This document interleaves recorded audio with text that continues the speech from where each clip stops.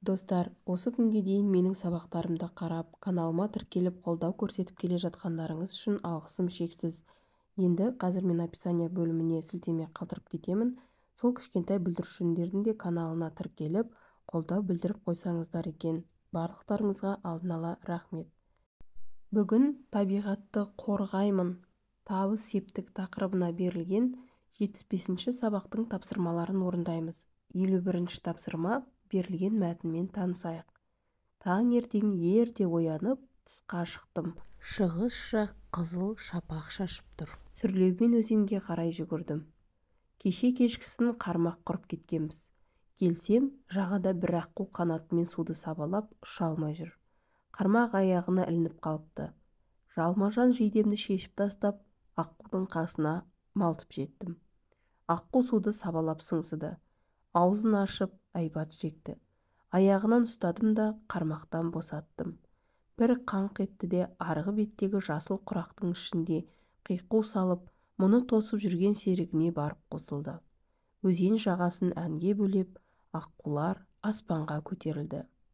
Тыңдаған мәтін бойынша баланың әрекетіне өз пікіріңді білдір деген тапсырма берілген.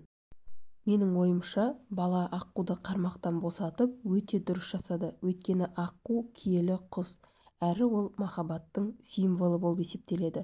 Сонымен қатар ол қызыл кітапқа енген құс, сондықтан оны атуға, оған ешқандай да жәбір көрсетуге болмайды.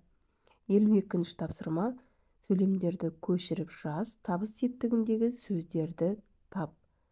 Ол үшін ең әуелі табыс септігін есімізге түсіріп алайық. Табыс септігіндегі зат есімдер кімді, нені, кімдерді, нелерді деген сұраққа жауап береді. Табыс септігі атау септігіндегі сөзге н, н, д, д, т, т деген жалғаулар жалғану арқылы жасалады. Демек, бұл жалғауларды біз табыс септік жалғаулары деп атаймыз. Бірінші сөйлемді оқиық. Халық аққуды киелі құс деп есептейді. Бұл сөйлемдегі табыс септікті сөз аққуды. Демек, нені? Аққуды. Келесі екінші сөйлемде де аққуды қармақтан босаттым. Нені? Аққуды.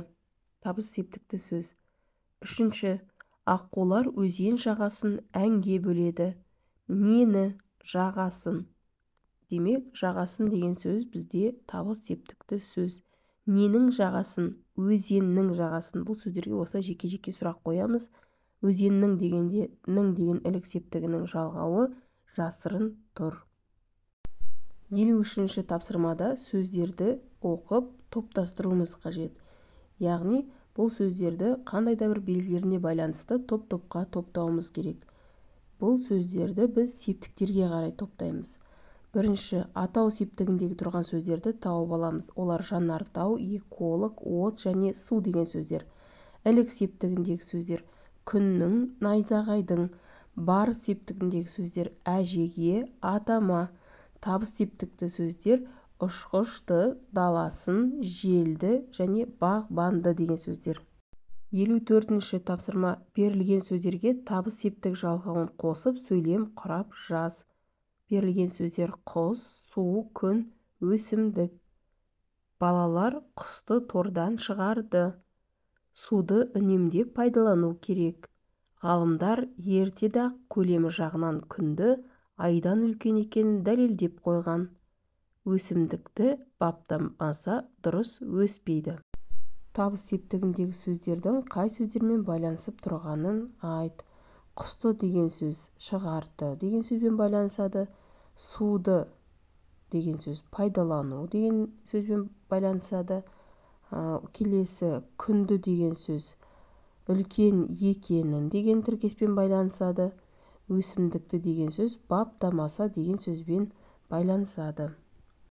Енді осы сөздерді табыс септігінде екендігін дәлелдеу үшін сызбаны пайдаланып пікірлеріңді білдірулеріңіз қажет. Оны енді ауызша орындайсыздар. Бұл жерде барлығы түсінікті. Берілген сөздердің бәрі де нені деген сұраққа жауап беріп тұр. Сол себепті де ол табыс септігі, және нені деген сұраққа жауап бергеннен кейін ол міндетті түрде тұрлаусыз мүше болып есептеледі. Келесі 55-ші тапсырма: мақал мәтелді оқып табыс септігіндегі сөздерді жаз. Бірінші, Айдындағы аққуды ақылды мерген атпайды. Бұл сөйлемдегі табыс септікті сөз нені атпайды? Аққуды атпайды. Демек, аққуды деген сөз табыс септігіндегі сөз. Екінші, шеге тағаны сақтайды, таға тұлпарды сақтайды. Бұл сөйлемдегі табыс септікті сөздер тағаны және тұлпарды. Сұрақ қойып көрейік. Нені сақтайды? Тағаны сақтайды, тұлпарды сақтайды. Табыс септігіндегі сөз сөйлемнің қай мүшесі болып тұрғанын анықтап, бір-біріңе түсіндіріңдер. Ол үшін біз осы сөйлемдерге синтаксистік талдау жасауымыз қажет. Бірінші сөйлем. Айдындағы аққуды ақылды мерген атпайды. Не істемейді? Атпайды. Баяндауыш. Кім атпайды? Мерген. Бастауыш. Қандай мерген? Ақылды мерген. Анықтауыш.